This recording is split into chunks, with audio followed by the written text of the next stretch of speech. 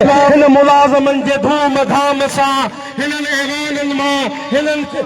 ऐवाननि मां राशियुनि खे तड़े कढो। ए मुलाज़िम साथियो, उथो त जंग झोटियूं हिन हराम खोर हुकूमत सां।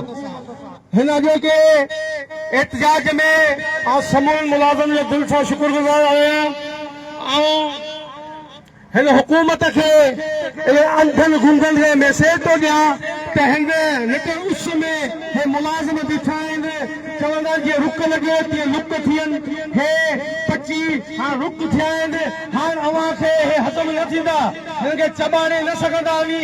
अव्हां जो लीडर कल्ह तकरीर थो करे असांजे हिन एहतजाज खे सबूताज कयो आहे, पर ख़ुदा जेके मत खसे, जेके पंहिंजा नफ़्स साथ न ॾींदो आहे, ॿुधो हूंदो उहो पंहिंजे नफ़्सनि खे साथ न ॾिनो। इहो कहिड़ो चेयरमैन आहे जेके संदसि हुकूमत जो वज़ीर आला न मञे, उन खां कूड़ करे इन एॾनि खां बहितर आहे त नई अची वेही रहे। जेकॾहिं बिलावल पंजाब जी ॻाल्हि करे थो त साबित आहे पंजाब जो पुजारी आहे, सिंध जो दोस्त न आहे। जेकॾहिं आसिफ ज़रदारी पंजाब जे 50% जी ॻाल्हि करे थो त सिंध जो दुश्मन आहे, सिंध जो पुट न आहे। आउं चवां थो त हिननि खे अचो खोलण घुरिजनि।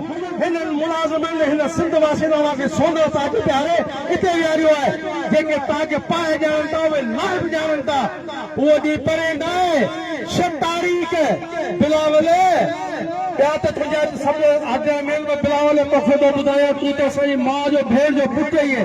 असांखे तो में उमेदूं हुयूं पर तूं उहो बूटो न ॿारियो पुटु। पर हाणे हे ग़रीब पंहिंजे नस्लनि ख़ातिर पंहिंजी पेंशन जेको असांजे नस्लनि जो जमासी उन्हनि लाइ सभु कुझु करियूं था, जो असांजी ख़्वाहिशूं हुजनि, इहा पेंशन तोखे बिलावल हाउस मां ख़ुदि ॾियणी पवंदी। 6 तारीख़ तूं कराची जे कंहिं रस्ते ते निकिरी न सघंदे, ॿियो त चओ त बिलावल हाउस खां ॿाहिरि कोन निकिरी सघंदे। बाक़ी तुंहिंजा जेके वज़ीर तुंहिंजा वज़ीर आला असांखे ख़बर आहे बाठा आहिनि, थोरी चमाट उॾारींदा त माफ़ी वठंदा दरनि में पंहिंजो हुजनि। अव्हां जी इहा हैसियत आहे, अव्हां हिकिड़े शागिर्द खां माफ़ी वठण लाइ तयारु आहियो, जिते हे उन्हनि जा उस्ताद ईंदा त पेरनि पवंदा।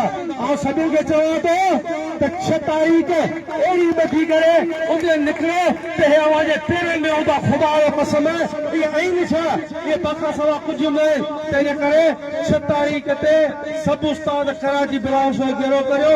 सुभाणे सिजाल में मुज़ाहिरो आहे, उते सभु उस्ताद गॾिजो। अव्हां सभिनी जी महिरबानी। मुलाज़िम इत्तेहाद।